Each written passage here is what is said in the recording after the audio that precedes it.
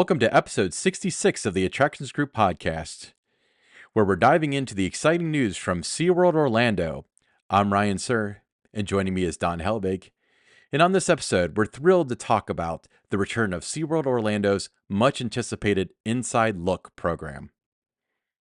Yeah, that's right, Ryan. SeaWorld Orlando is bringing back this fantastic behind the scenes event on November 4th and 5th, where visitors have the unique opportunity to learn about the incredible care provided to the park's animals and ongoing conservation efforts. And the best part, this is included with regular park admission. Wow, absolutely, Don.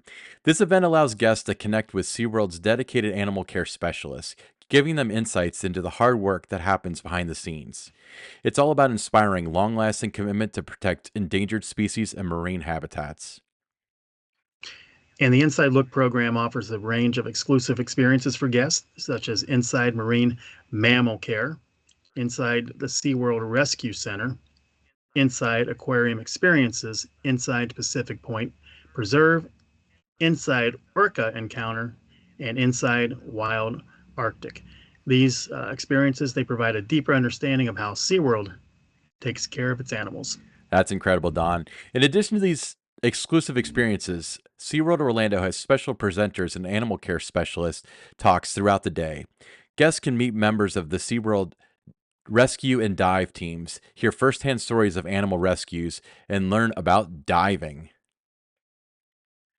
Yeah, there's some exciting new experiences this year as well. If you've done this before, so it's going to be a little bit new for you. Guests can observe and interact with coral biologists, learn about the care of hammerhead sharks, and SeaWorld's small-tooth sawfish conservation efforts. Plus, you can learn even more about the majestic killer whales with their orca underwater presentation. Wow. And for families, there's the Family Activity Zone with games, crafts, and activities. And don't forget the Inside Look scavenger hunt, where you can explore the Inside Look locations and win special prizes. Now, this event is a remarkable opportunity for guests of all ages to connect with SeaWorld Orlando's mission of conservation and animal care. But remember, it's incredibly popular, so arriving early is going to be a good idea. Absolutely, Don. So, if you're looking for an educational adventure and a chance to get closer to marine life conservation, SeaWorld Orlando's Inside Look program is the place to be on November 4th and 5th, 2023. Don't miss out on this unique opportunity. And with that, we wrap up our coverage of this exciting news from SeaWorld Orlando. Ryan, you're a big SeaWorld fan. I am. What are your thoughts on this? Bringing this back. I think it's fantastic, especially that it's included with admission. I think it's really neat that not only is it a theme park, which is obviously something I'm very passionate about, but it has its conservation efforts, and like a big wing of SeaWorld is just doing it. Saving the turtles and all the animals that they care about. So I think that's just really neat, don't you? I do. And Ryan, when you think about, Central Florida and those parks in Orlando, obviously Disney World comes to mind, Universal comes to mind. So it's kind of that third park there. And I kind of think it gets lost in the shuffle sometimes. And I think it really deserves a lot more attention. And it should be something that if you're planning a trip to Orlando and you're looking at the parks, to go to, that you really should spend time and make a visit to SeaWorld. It'll be worth your time. Yeah, I completely agree. I think that it's a really cool park. The rides are great. It's just so fun all around. So, hats off to SeaWorld Orlando for bringing this back. I think it's a fantastic program. Now, what's your favorite ride there at SeaWorld? I really like Mako. It's Mako, yeah, that's my favorite too. their B&M hyper coaster. I think it's super neat. What's yours? Mako, I like that too. I think it's like you said, it's a lot of fun. But it's just really it's a kind of different experience when you're going to a theme park, than what you're going to see at Disney World or Universal. And that's another thing I like about it. It's a totally different kind of experience because of the animals in that you're going to see. Yeah, I completely agree. So hats off to SeaWorld Orlando. So fun for the whole family. What are the dates again? It's November 4th and 5th. So you're looking at this weekend here. Not a lot of time to plan, but it's something that it's always been a limited time. event. It is popular. You do need to get there early. Yeah, absolutely. Get there early. That's the key to it. Yeah, so that's really cool. You can go to SeaWorld's website, which will be linked in the description for more information. Um, yeah, so Don, this past weekend, you had the opportunity to visit at Cedar Point. How was your time I there? I kid. You know, when you look at the calendar and you're making plans to go to parks in October, you know, weather's always going to be an issue. You know, you always expect the worst, but it was beautiful. You know, it was like 78 degrees, sunshine most of the day. You know, I couldn't have asked for a better day, you know, weather-wise. Now, obviously, the forecast, you know, Saturday and Sunday wasn't the same, so a lot of those guests switched from those days to come on Friday. So, you know, Friday felt like a Saturday would have been Hmm. under normal circumstances. So it was a little bit crowded, but you know, it was fun to get to America's roller coaster and experience, you know, some of those world-class roller coasters they have. Couldn't get enough of Millennium Force. You know, that's my favorite coaster there. So you know, so rode that multiple times. Um, I'm you know a fan of the Iron Dragon. You know, it was my first Cedar Point ride that I ever did back in 1987. So I wanted to ride that. So I rode that Magnum. That was flying. You know, and it was the airtime and that was incredible. You know, you kind of forget about that because that's like the forgotten coaster because you're thinking about Millennium Force, you're thinking about Steel Vengeance, you're thinking about Maverick. You know, and a lot of times you know, when it's a busy day, you can't do it all, and Magnum kind of gets left behind. But just love that ride. Rode the train. You know, I think when you're talking about the best train rides in the industry, you know, it's in the argument, you know, for that top one or two spot there. Um, absolutely loved the food in the Cedar Point Pavilion. I think, you know, that restaurant and bar that's new this year on the boardwalk had steak and also the chicken tenders. And let me tell you, Ryan, those chicken tenders were outstanding. Yeah, the I thought about those chicken tenders all the way home. So it was a 4 hour drive back home that night, and I just thought about how good those were, and how it'll be so worth buying the dining plan just for that. Yeah, that's how I felt about the turkey at the Grand Pavilion. May have that might have edged out Aunt Granny's at Dollywood for my favorite like theme park food. The I thought about the turkey, but those chicken tenders, you know, were sitting there, and the steak, you know, you're not going to turn down steak, you know, when that opportunity is there. And but you know, when you look at that and you look at the farmhouse, just how elevated the dining experience has become at Cedar Point. So it's you know, used to go there, you know, for the coasters, and that was a drawing card. But now it's so much more than that. I mean, you got the family rides that you know are right there. You know, the boardwalk looks spectacular. And then, like I said, the dining experience, the entertainment, the live, oh my gosh, the live entertainment was off the charts good. When I saw what they had for the Halloween Weekends event, they had to show the Fantastics in the Red Garner Saloon. I think I'd seen that show in previous years, but it's a fantastic show, and I always make sure that I see that one on there. So just a great time, and you know you can see why Cedar Point is always ranked as one of the top amusement parks in the world. so you're kind of known in the enthusiast circles and in the industry. Did you get recognized a lot? I did. So lots of people that I have become friends with over the years. Uh, you know, a lot of coaster enthusiasts, and it was great seeing them. You know, and interacting with them for a little bit, talking about them, catching up on what they've been up to, what parks they'd been to this summer. You know, that was always one of my favorite things. You know, working at Kings Island was talking with the guests and hearing about their day. You know, what they liked, and just asking what their favorite rides were at Cedar Point, and you know, but it was great to see them. So yeah. All right. Um, so I'd be remiss if I didn't ask. Top Thrill 2, how's it looking? Top Thrill 2 is looking amazing with the construction. I mean, that it's a massive project. Let me tell you that it's a massive project, and they had the crane there, which when you're coming over the causeway and that you can see that crane. The spike is going up. You know, it's I don't know how far along. It's probably like 6, 7, you know, pieces of it going up. They were working a little bit in the station. They were painting the ride, so a lot of progress. Still a long way to go, uh, but you get excited. You know what this ride can be. You know, and everybody else, you know, that you saw walking down the midways, they all stopped. Mm-hmm. to look at what was going on there. They all looked at the rendering on the wall, and we're trying to like figure out what's going on here and there with it.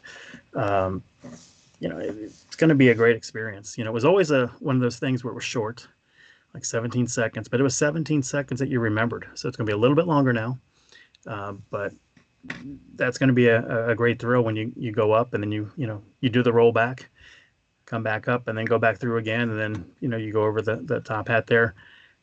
It's going to be a fantastic ride.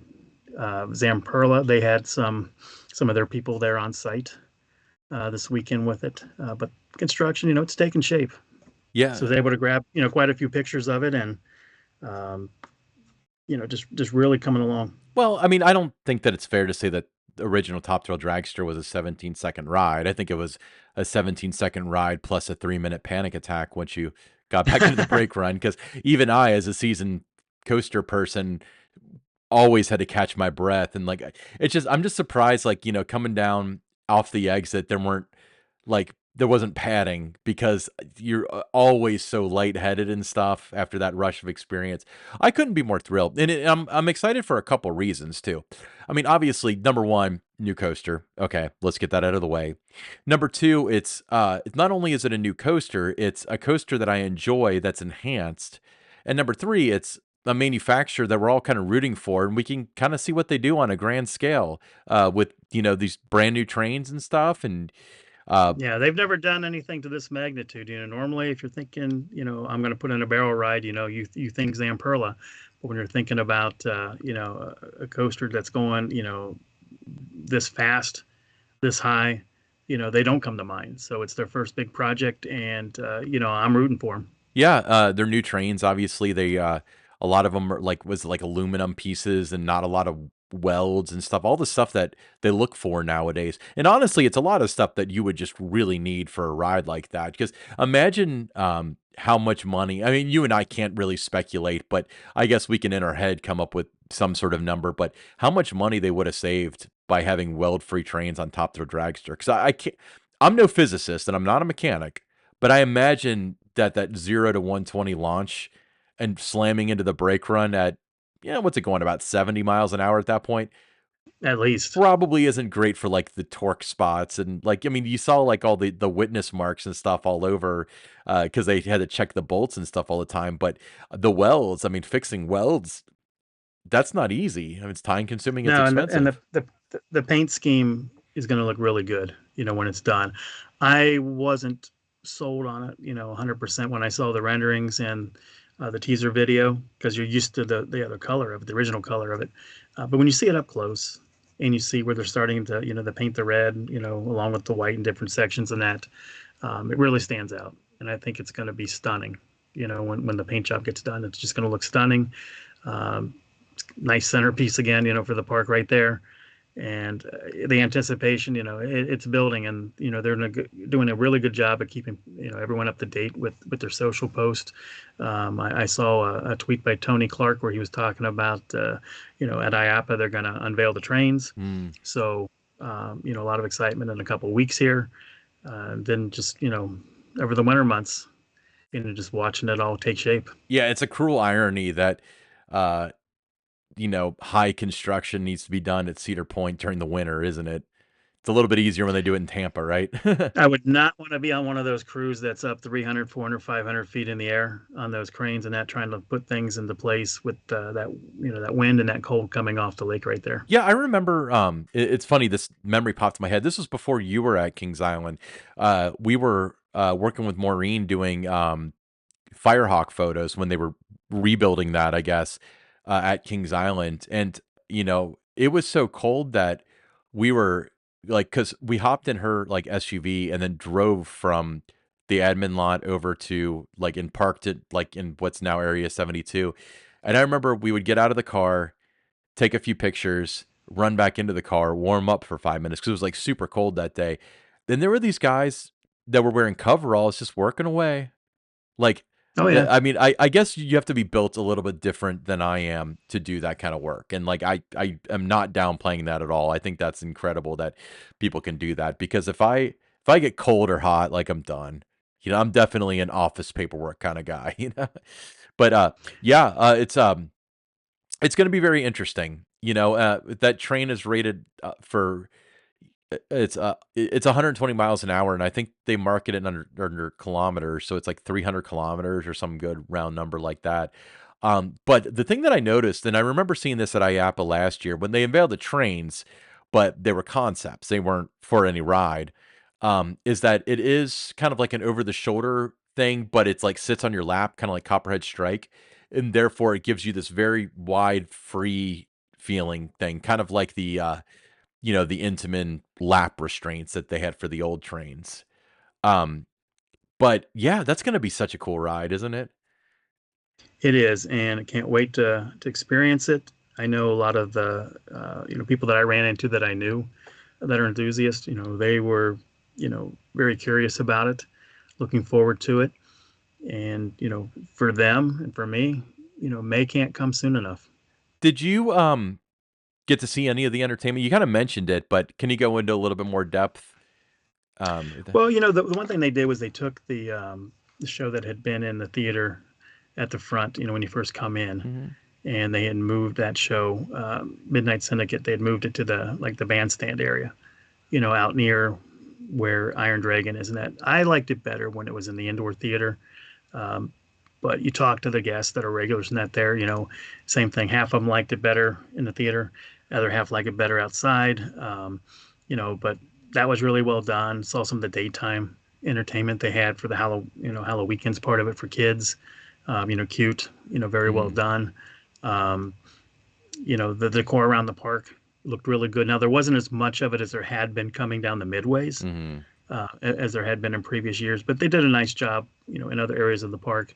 As you got deeper into the park, it became more of the haunt piece of it, and that's where you saw more of those kind of things toward the back, Frontier Town, that area.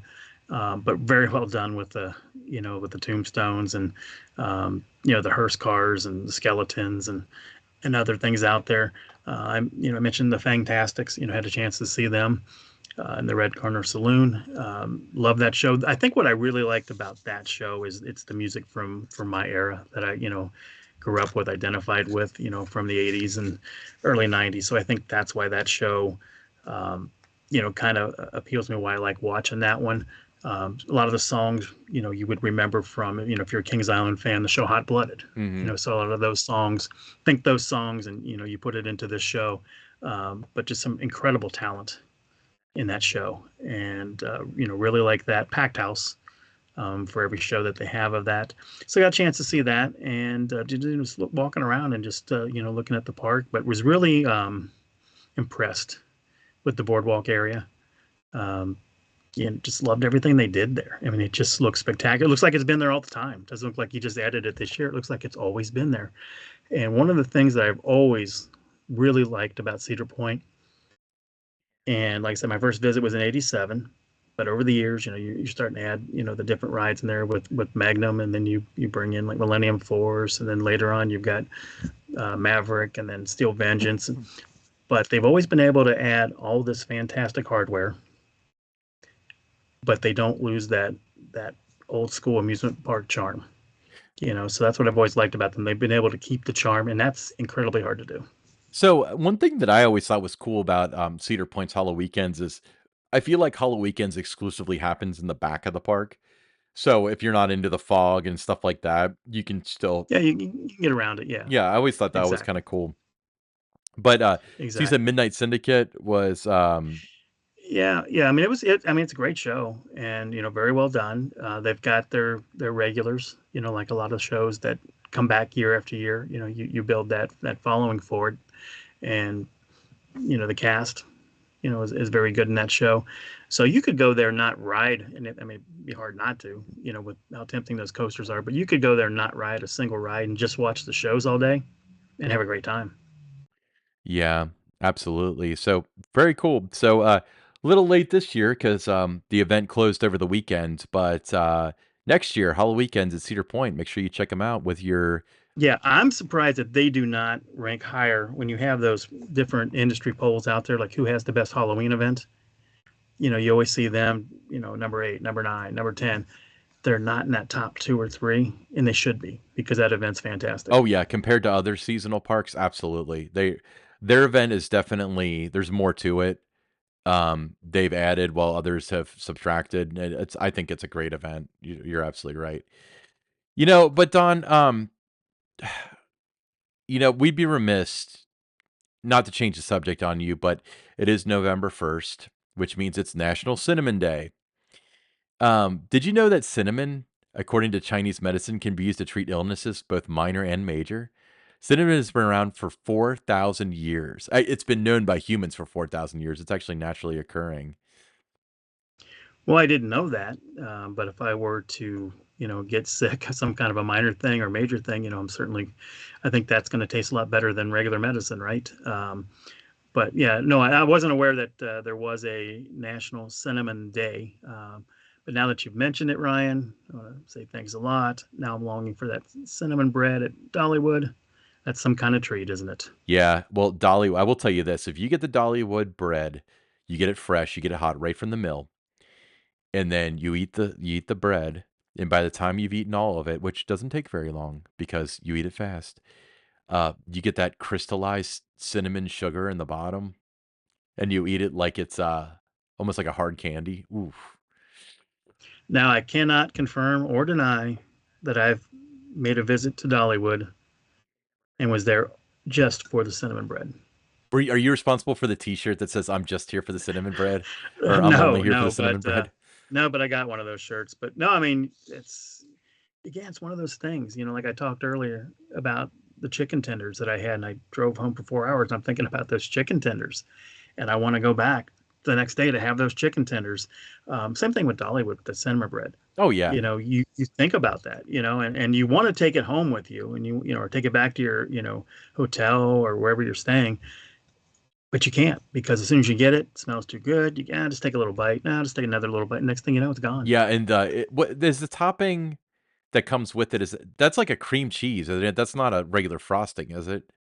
It- I think it's like a cream cheese yeah, kind of a thing. that. Oh my god! So Just know it's you eat a good. couple bites and you're like, okay, I can control myself. Oh wait, I should try this top thing, and you dip it in there, and then it's over. But that's why they always joke about it, but it's true. Buy two because one's not going to make it to the car. You know. No, it doesn't. It doesn't. And I've been, so many times like this is the trip. This is the one. This is going to go back to the hotel with me or the cabin. I stay in a cabin down there, and never makes it. It never makes it more than like 30 minutes. Um, we're eating it and we sit down and we'll just take a little bite and next thing you know it's gone, and that's just the way it works. So okay, you mentioned that you have one of the "I'm only here for the cinnamon bread" shirts.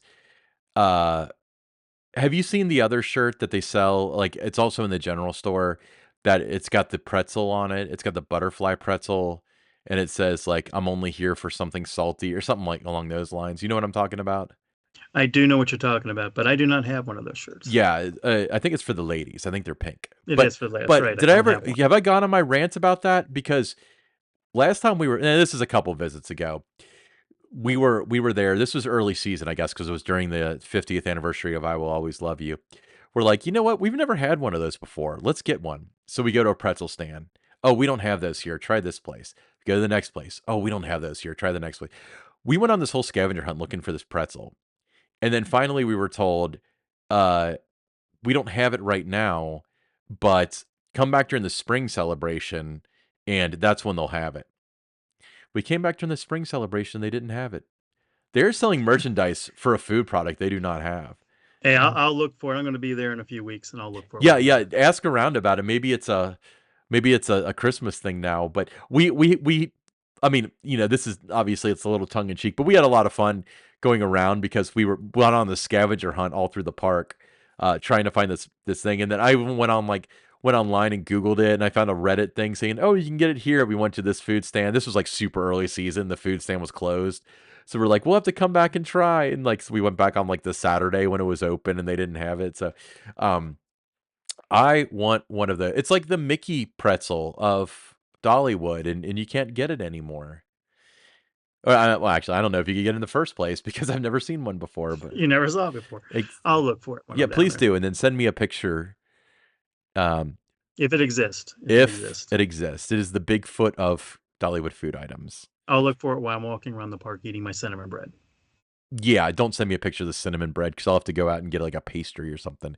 Don, what's this week's listener question?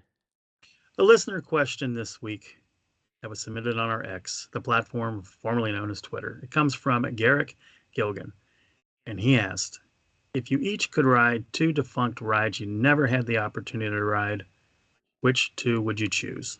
Ryan, let's start with you. You know, it's funny because, a little peek behind the curtain, we record Tower Topics right before this, and I just said that the original Bat was one of the rides that I would wish I could have ridden, but it was gone when I was like 1 year old. So um, I never got to ride that. So the original Bat is one.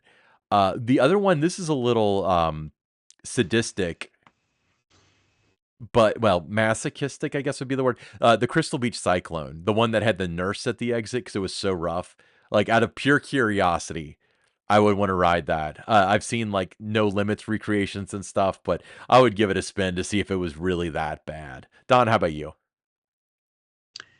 I'm going to go with the Shooting Star from Cincinnati's Coney Island. That is my lone regret in my theme park, amusement park life. I had a chance to ride it the final day that Coney Island was open in 1971, sat in the seat, and then got out because the train that was coming behind it was going through like the tunnel, the helix thing coming back in, and just the screeching noise of it and everyone screaming. It, freaked me out at a young age, and I got out of the train. They didn't refund me my little ticket because you had to put tickets in to ride the ride. But that would be the regret number one, is I never got to ride the Shooting Star. But like, God, everything else, I pretty much have ridden everything that I really would, really wanted to. You wouldn't want to ride like Switchback Railway at Cedar Point? Like, I mean, it's a pretty wide open field they're giving us. Yeah, yeah. I mean, they're giving us a wide. You know what? I'm going to go. I'm going to stick to Cincinnati's Coney Island and go with a coaster they had called the Wildcat. My mom and dad rode that when they were growing up, and um, that one, was a roller coaster. Back in the day, some of the tight turns and twists and things they had on that one. So just looking at pictures of it, I'll go with the Wildcat. What about you again? Which ones? Um, The what you said the the original you, Bat you at Kings Island. no, but you said the Crystal Beach Yeah, Cyclone. yeah. Yeah, that one would be one too that I would think I'd like to go back and give it a try just for the reasons that you said. Yeah, likewise with the Shooting Star. That's kind of legendary, and that's one of those things where I feel like I've seen so many videos of it and so many photos of it that I feel like I'm like a finger length away from having ridden it, but it was gone well before I was born. But Yeah, uh, maybe one of the coasters like Elitch Gardens, where they moved the park a couple times, maybe one of those coasters, that they no longer have. yeah, and I'm also thinking like the Jumbo Jet at Cedar Point. That's another thing that's kind of Yeah. intriguing. That would be kind of fun. And it's funny because a lot of people have wish list rides that they never got to ride, or things that like you and I rode a lot, like Tomb Raider the ride. I hear that like, oh, if that's one ride, and that's not a ride to like gawk at. That was awesome. It was just unsustainable. Son of Beast is another one too, where I mean, I don't really see the appeal, but a lot of people are like, man, I wish I was old enough to ride Son of Beast when it was around. And um, but yeah, everybody has theirs, but you know, Yeah, but for me, like I said, I pretty much, from 1981, all the way into around, 2000, pretty much got around to a lot of parks and got to ride all the ones that, I really wanted to. A number of them are no longer with us. And I was, excited that I was able to get on those while they were there.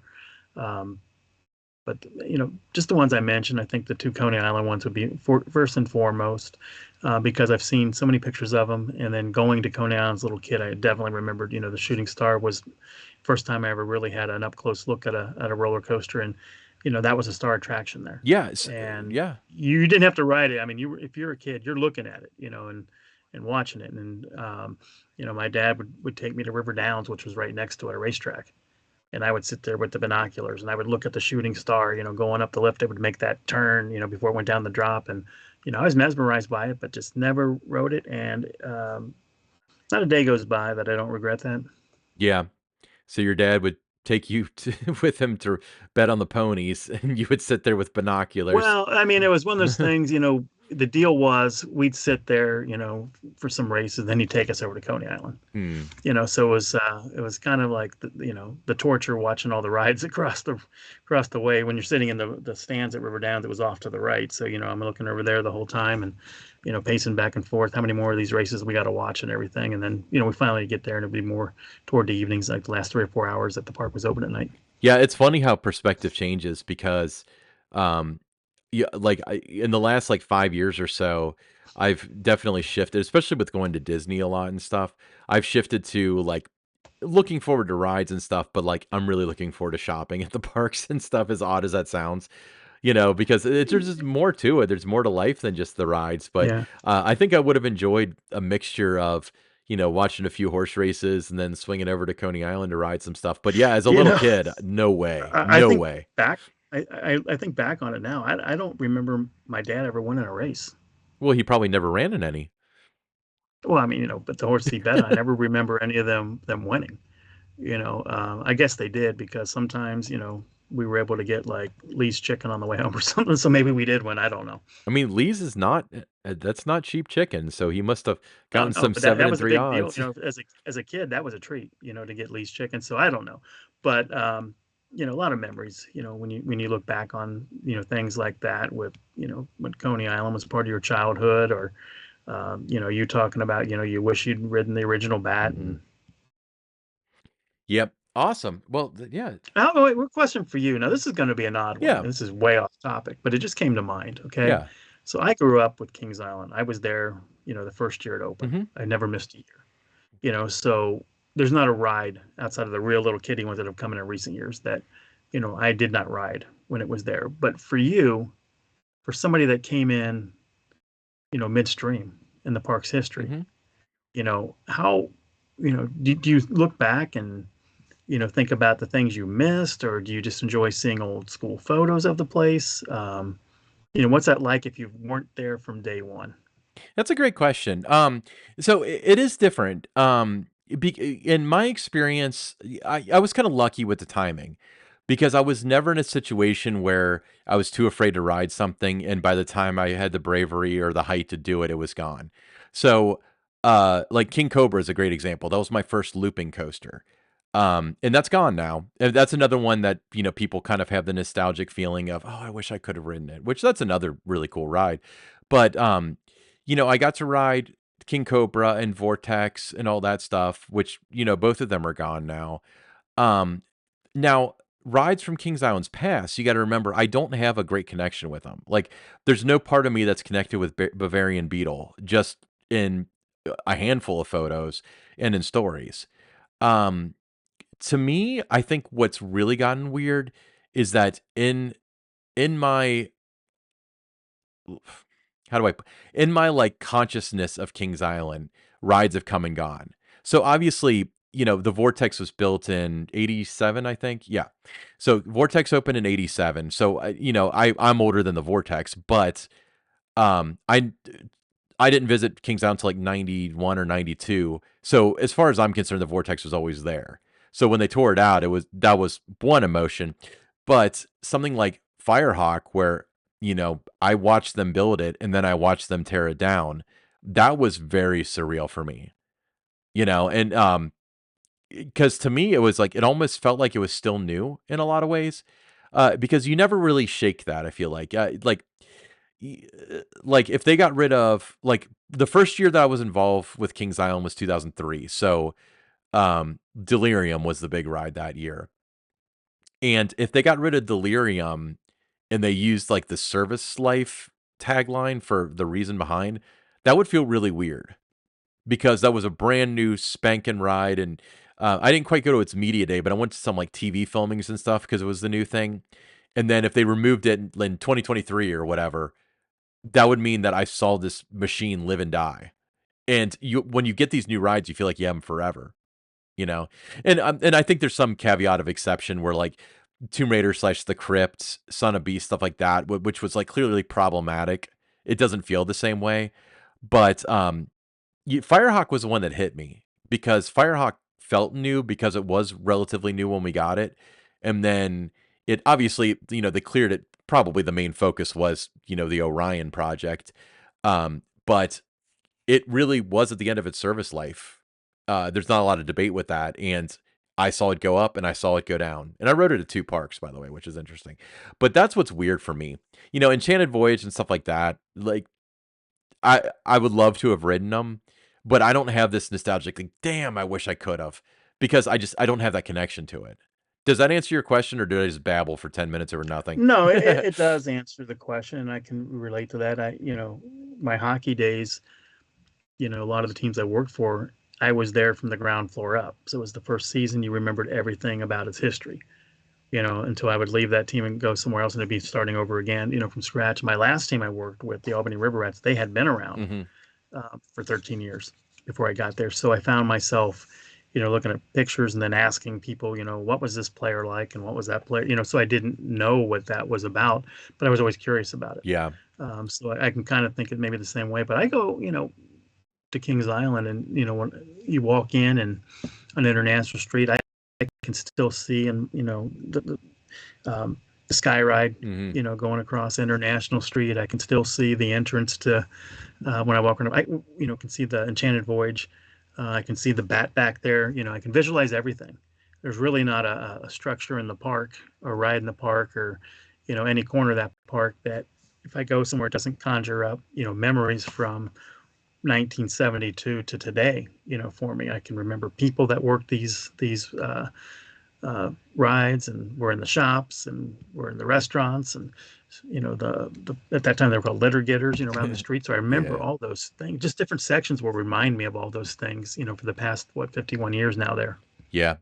I like how when people send us questions, not so much on tower topics because we're a little constrained for time, but we answer their question and then everything but their question Sparks after other, yeah, yeah. that. Well, it sparks other things, and um that's why when you listen to one of our podcasts, if you're not interested in the first 5 or 10 minutes, stick around, it'll change. Yeah, because we It's like the weather, it it's changes. very it's a very ADHD podcast.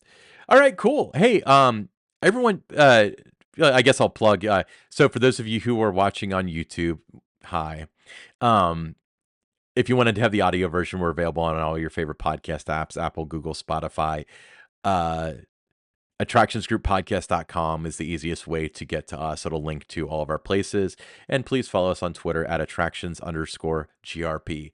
For those of you who don't know, last week we split them up. So we're going to start doing Pick Six as a separate thing. You don't want to miss Pick Six this week because boy, is there news.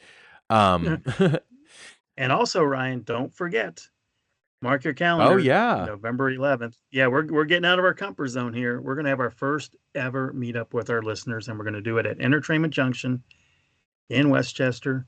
I think that's going to be a great time to meet those who listen to our show, and I think it's good for the listeners too to come. And if you're interested in amusement parks, Entertainment Junction, trains, whatever it may be, it's a chance for you to meet other like-minded people as well. Yeah, so we're planning this meetup, and I just informed Entertainment Junction earlier today that we were going to do it, but it's not going to be a big deal. Yeah, well, I guess we should timestamp this for the future, but November 11th, which is Saturday, 2023. What'd you put in your blog? 1 p.m. 1 1 p.m. p.m. at Yes. Entertainment Junction, Westchester, Ohio. I will put a link to Entertainment Junction's website so you can get the pricing and stuff, and I will put a link to your blog, so they can have a record of the details. But we'd love to see you guys out there. Come hang out. We'll stick around for an hour or two or whatever. Fantastic time at Entertainment Junction, one of my favorite places. I did a lot of work for them for several years, and then I ended up being on their payroll for about a year or so, up until the pandemic. So I can tell you all about it and stuff. It'll be a good time. So make sure you show up. Hey, stick around. Pick Six coming up next.